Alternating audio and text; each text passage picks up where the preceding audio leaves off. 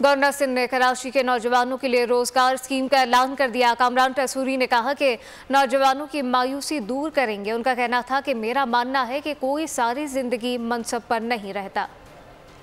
सारे इनिशिएटिव्स जो यहाँ मैं नहीं दोहराना चाहता, सिवाय एक बात के कि हमारे पास जो 5-5 हज़ार लोगों की दिन में 3 सेशन होते हैं, तो वो हफ्ते में 50,000 बच्चे ऑन साइट पढ़ रहे हैं। और इंशाल्लाह अगला जो हमारा टारगेट है वो हम हैदराबाद में ये सेटअप लगाने जा रहे हैं, और उसके बाद सिंध के 6 अजला के अंदर। जब से मैं इस मनसब पर बैठा हूँ, एक चीज़ आप मेरे मुंह से कभी नहीं सुनेंगे कि मेरे पास इख्तियारात नहीं है। अल्हम्दुलिल्लाह इख्तियारात का कोई रोना इस गवर्नर हाउस में नहीं है। तरक्की के सफ़र में जो SIFC है, मैं बरमला हमेशा कहता हूं कि ये हमारे army chief general Asim Munir साहब की काविश और कोशिश है कि पाकिस्तान में जहां वो सरहदी दहशतगर्दी का मुकाबला कर रहे हैं, वहां ये माशी दहशतगर्दी का मुकाबला SIFC से कर रहे हैं। हमें सिर्फ आपस में जुड़ना है और इससे अफादा हासिल करना है, इससे फायदा हासिल करना है।